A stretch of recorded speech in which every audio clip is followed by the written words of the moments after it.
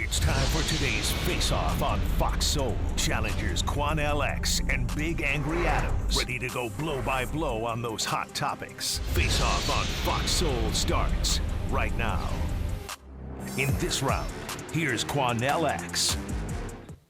Charles, there's been a movement in America over the last decade to where corporations and companies have been extending paternity leave to men now. It used to be that maternity was only extended to females who were having the children. Now their husbands have been asking to get paternity leave themselves to where they can have days off work and get months off work and help take care of the baby. I believe it's every father's responsibility to help take care of those children, change diapers, even though many of us don't like doing it, but we need to do it to assist the woman who's had that child for us, our wives, in some cases girlfriends, etc. But we now have a movement, I believe, is about the demasculation of a nation. We're now feminizing men in this country to think that men need the same rights of paternity leave as a female does. Men are not having no babies. We're not suffering no labor pains. We're not getting epidural shots in our backs. We're not there for 7, 8, 9, up to 20-some hours of childbirth labor to push out a child and be stitched up afterwards. We don't go through none of that. And so for men to advocate that we need the same amount of time and the same rights as a female has when she gets paternity leave, I disagree with that, and I call it really, in my opinion, the pussification of a nation. Well, so we're both small business owners, right? You in the restaurant industry, me in the legal industry, and the financial industry. And as an employer, it is often difficult, especially in smaller businesses, when you're faced with mandatory time off for things like maternity or paternity leave. But we live in a country where maternity leave isn't even guaranteed, let alone paternity leave. But yes, men aren't the ones having the babies. I don't know, nowadays, 2024, yeah, maybe sometimes men are having the babies too. I don't know. It's So-called men. Everything's getting a little bit strange. But at the end of the day, it's not just about the birthing process. It is about the bonding process with the child. I just happened to be looking at the magazine that your son has been ranked the second best player in all positions of football in the great state of Texas. It is a junior. It's amazing. But you know what? Little Quanell didn't get to be that great without Big Quanell being involved in every damn step of the process. And I didn't need paternity leave to do it. You can say that, but it starts at the beginning. It starts about creating the relationship. And I don't think businesses should be made to suffer, but I think when we look at this, we spend so many trillions, $34 trillion we're in debt right now, right? We spend so many trillions of dollars on nonsense in this country.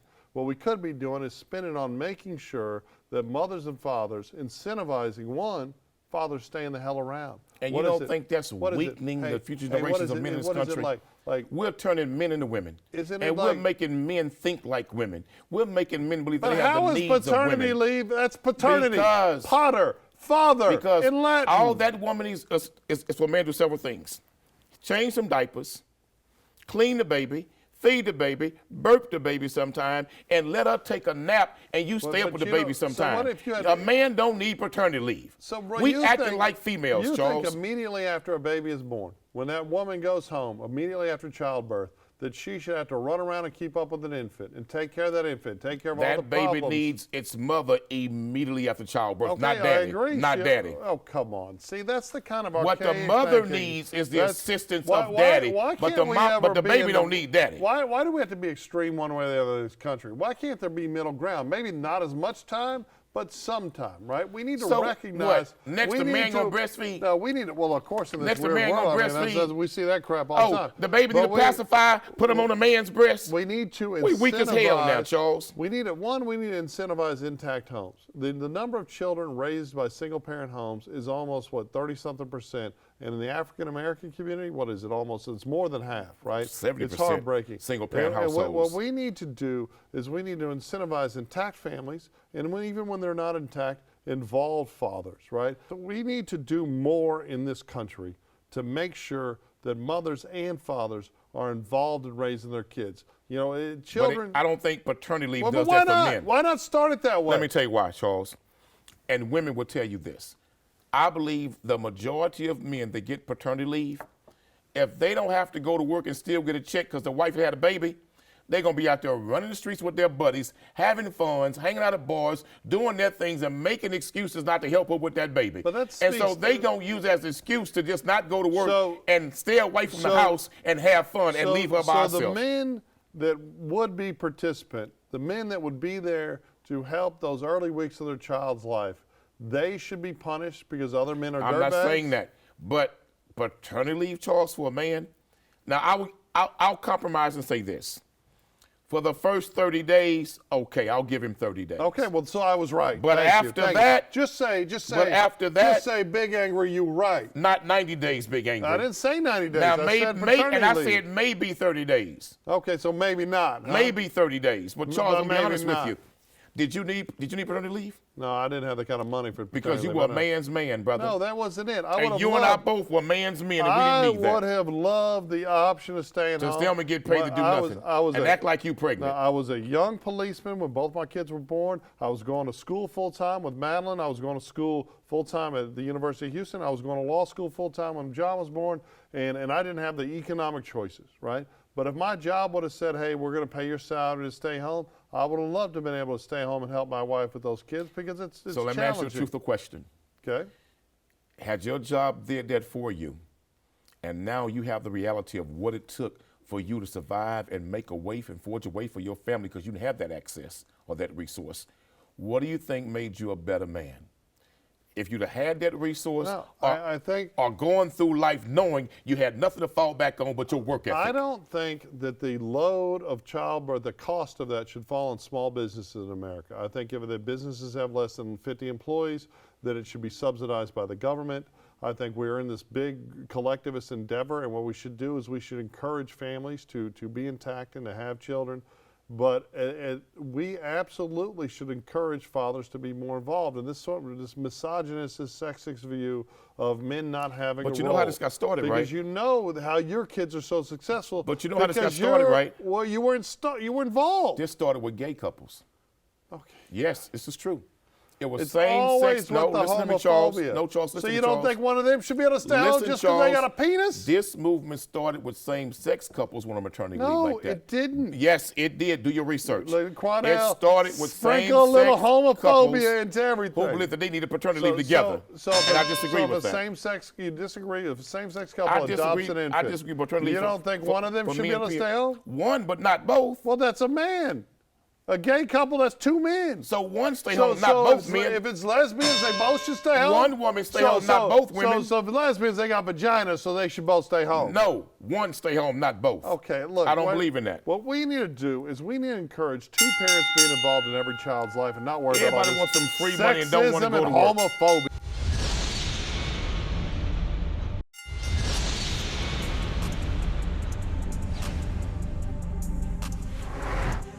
In this round, here's Charles Big Angry Adams.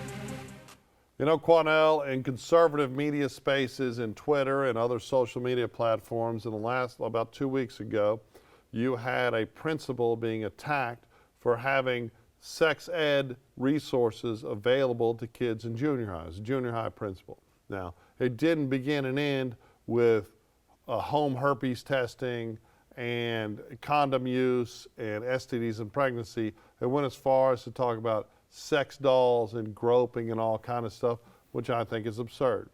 We have had a large outcry over the last couple of years, book burning, book banning, about books that were LGBTQ community focused being available in junior high and high schools that didn't just talk about, hey, it's completely okay to be gay, it's a normal state of being, that we need to encourage gay people not to engage in self-loathing and to impact that suicide rate, but some of them went further. Some of them available had graphic depictions of the insertion of butt plugs and other just what we would all agree was some deviant sex acts. So I think reasonable people would say, well, we shouldn't expose 12, 13-year-old children to this. But on the flip side, there was no one that knows more than junior high teachers and junior high principals and administrators how sexualized many young kids in America are, and this is nothing new. We've talked about it off camera. I did not have, and you did not have, parents that were markedly involved in our day-to-day activities, and I think that is why we as parents kept our children busy and knew where they were at all damn times, right? Because that is, it is the idle mind that's going to find the trouble.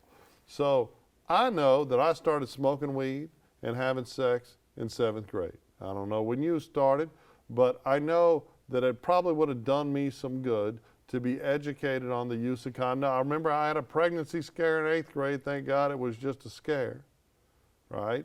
But we absolutely should make those resources available to kids. Now, I do think involved parents should have the right to opt their children out.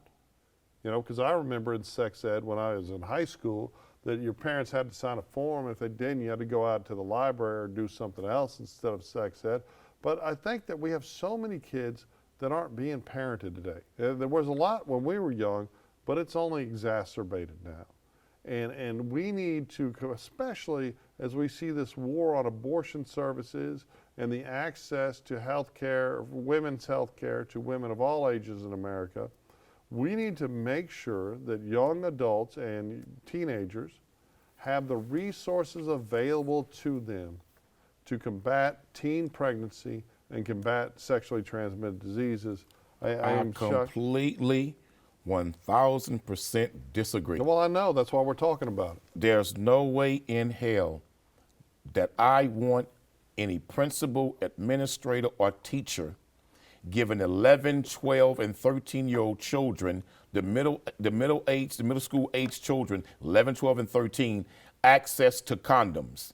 That sex education, access to sexual contraceptives should come from the home, from the family. Sex ed should start first with your parents. It should not be given to your children without your permission as a parent. There's a movement in America to make parents less authoritarian with their children, but yet they want to hold the parents totally accountable for the mistakes of the children. But they're robbing parents of the right to be parents. In California, they are now saying that a child can secretly be transgendered at school and don't tell the parents. And if the parents found out and don't allow the child to do it, they can be charged with a felony. This is crazy as hell. Don't give an 11, 12-year-old, 13 child a condom or birth control, Charles, because at that young, tender age of that mental and psychological immature stage, giving them a condom or contraceptives, in their mind, they believe that you're subconsciously saying as a teacher or administrator, it's okay to have sex. Teenage pregnancy is a problem, but that education should start with the family, with the parents in the home. Texas leads the nation in teacher inappropriate relationships with children. The most inappropriate relationships with children, with students, right here in Texas by teachers. Some of these schools are full of teachers who are absolute freaks. Some of these coaches are freaks. Some of these principals are freaks. We just seen one a couple of weeks ago, a principal, he got busted trying to buy some hoochie on the coochie on the corner right here in the Houston area. We in the same school, 2 days later, they found a teacher with online pornographic material of kids. Charles, I don't want none of them sick, deviant teachers giving my children contraceptives. I'm going to be honest with you, Charles. Now, when I was young, in junior high, I did my thing too. Yeah, back then, we had the little test, take the finger, smell it. Yeah, all that went down, Charles. I got to be honest with you, Charles. But we were misguided youth. What we needed was good parents, good communities, helping to raise the children of that community. We need to have more community involvement with these children and more parental involvement in what's going on in the schools with these children. But I don't want teachers giving sexual contraceptives to junior high school children without parent permission. I think that's wrong. So you'll agree with me that you didn't have a parent that was watching out and directing you on stuff like that, right? No, not at all. That's because it was on the corner with Fuzzy and them and Lil Boo Boo and them. I found my own way to that kind of trouble too, because I was a latchkey kid, as I'm sure you were as well. But then on the flip side, you're arguing that it should just be the province of the parents, I would agree that. But you were misguided youth, right? But hold on. But that problem has only been made a millionfold worse in 2024. right? It hasn't gotten better, it's gotten worse. And we need to recognize, I didn't expect you to widely condemn teachers as perverts. That's absolutely Not all of them, yeah, but far too many of them. But no, it's not. You got some right? teachers that's And real those freaks, Charles. Well, those teachers don't need to be teachers, but damn it, But they exist. Teachers that want to help children need to help children. This is 'Cause absolutely look here, absurd. they giving them the books and giving them the hooks too. In this round, here's Charles Big Angry Adams. You know, Quanell, we've been doing this for a few months here on the national level of Fox Soul, but we've been doing this same arguing on the local level in Houston, Texas for years, right? And I was initially shocked when I discovered that you are a fervent supporter of the drug war. Now, I think it's safe to say you agree with the legalization of marijuana, but you also agree with the policing of drug users on all levels for more serious drugs. I am a drug war abolitionist, and my scholarship at Harvard was focused on how the Rehnquist Supreme Court deviated our jurisprudence on constitutional issues in an effort to facilitate the oppression of black men through the drug war, right? The drug war, in my opinion, has been a vehicle to lock up people, but mainly black men, and it's absolutely wrong. And I think it has created far more crime than the use of drugs has. We obviously remember Biden talking, in the early 90s, arguing for long federal prison sentences for drug users.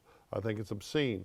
I think we reached a time in America where we need to legalize most drugs. I'm not going to say all. I'm not going to say fentanyl. I'm not going to say crystallized methamphetamine.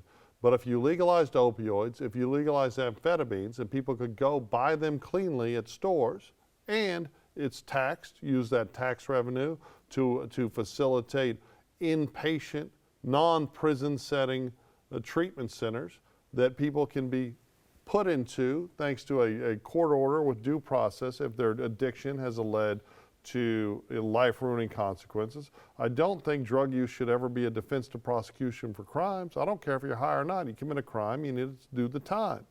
But I think everything gets better. I think the narco-terrorism, all the crime in Mexico, America loves to condescend about the crime-ridden portions of Mexico.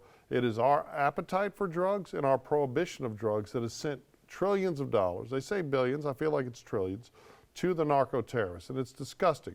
And if we legalize drugs, just like the ending prohibition, a lot of that organized crime goes away. It is past time in America to fix end the drug war. And Charles, ending prohibition didn't make America better. Oh, it did. In fact, ending prohibition made America worse. What do you think I'm drinking right here? But before prohibition was ended, during prohibition, how many drunk driving deaths did we have in this country? How many drunk related spousal abuse cases did law enforcement have before prohibition was ended? How many of our young people were alcohol addicted as young as 9 and 10-year-olds in many of these inner city community areas where I was raised, using alcohol before prohibition? Prohibition made it easily accessible for us to have it for one reason, because the government could tax it now. You have more people die in America from alcohol-related deaths than fentanyl in America every year. You have more people dying in this country just from alcohol, which is legal, than what you have dying from cocaine in this country every year. Do you realize, Charles, that you have more people die from tobacco use in this country than cocaine and marijuana combined? It sounds like you're arguing so what I'm to end saying the is drug this. war. No, what I'm saying is this. You want more laws. No, what I'm saying is less this. freedom. Legalizing tobacco didn't make America better, it made America worse. Legalizing alcohol didn't make America better, it made America worse. And statistically, Charles, before fentanyl, most of the adolescent teenage overdose drug deaths in this country were from prescription drugs that they were stealing from their parents' medicine cabinet. So we cannot say that legalizing these illicit drugs will make us better and safer. What it will do is give young people who are already oversensitive, many of them demasculated, many of them confused as hell with all of the new political correctness in this country. What makes us strong yesterday makes us weak today. We give them more access to drugs. That won't make America, but that makes us worse. I'm against putting drug addicts in prison for long terms like that. That's a waste of taxpayers' resources. But I do believe that if you go to jail as a drug user, it should be mandatory that they take drug counseling, drug therapy, and attend 12-step programs. That's not happening. That's why the drug users go in users and come out and become even worse users. Legalizing drugs doesn't make America better. It's going to make us worse. And the only thing it would do, it will make corporate giants get rich. It will make the government get rich from taxation, but the people will continue to be decimated and desecrated from the use of it. See, you have actually misstated a lot of facts, right? In fact, more deaths associated with alcohol spiked in Prohibition because there wasn't government regulation and people were drinking stuff made at stills and other things that caused a lot of harm. We have to have regulations. America has a tremendous appetite for drugs. If you include alcohol, caffeine, and tobacco in there, it's even larger. And what we need to do is recognize human nature instead of trying to regulate it and put people in prison for harming no one but themselves. We need to accept individual liberty. And you talk about fentanyl.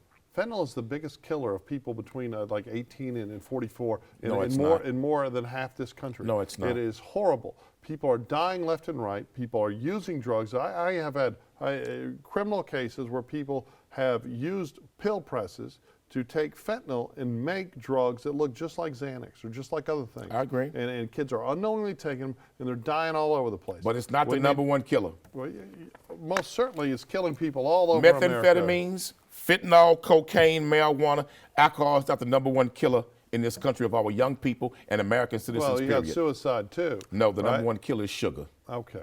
The number one killer, the number one drug in America. So you want to do the away with number one Oreos drug, too? You want to, here, y'all heard it right. Quanell wants to do away with Oreos. The number one drug in You want to take my America Oreos? is sugar.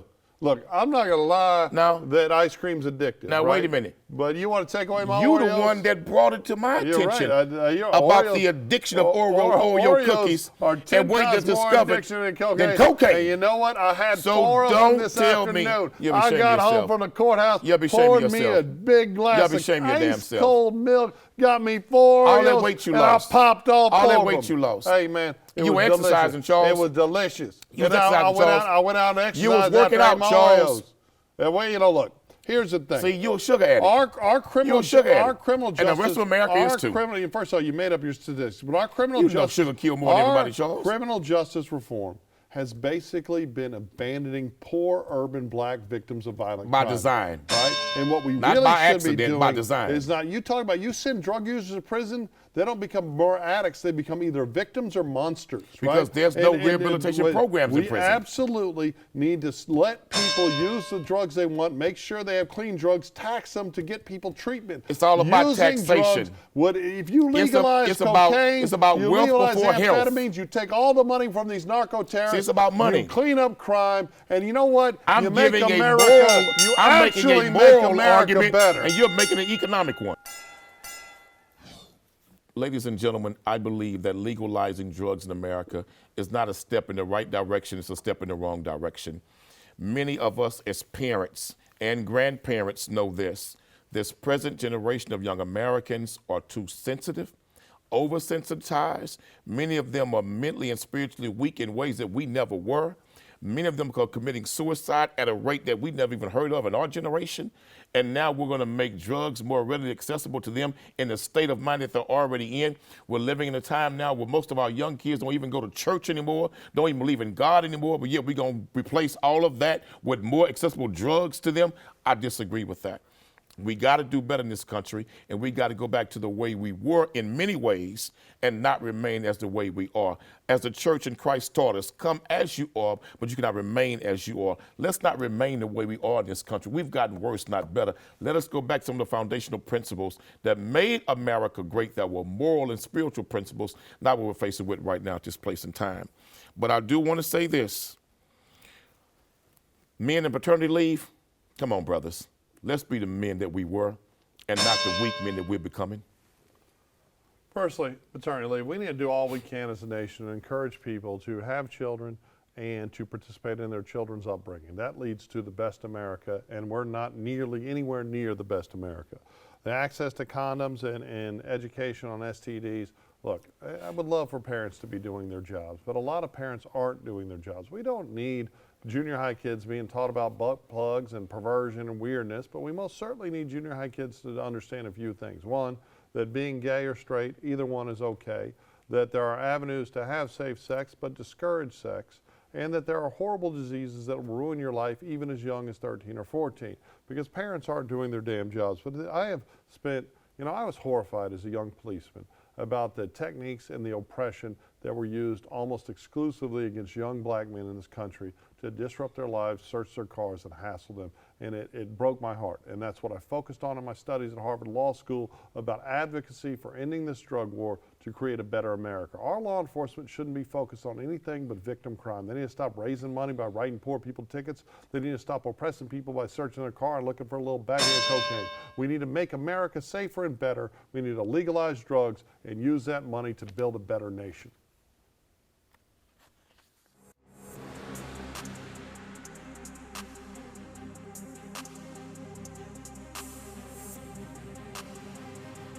That's it for the Face-Off on Fox Soul.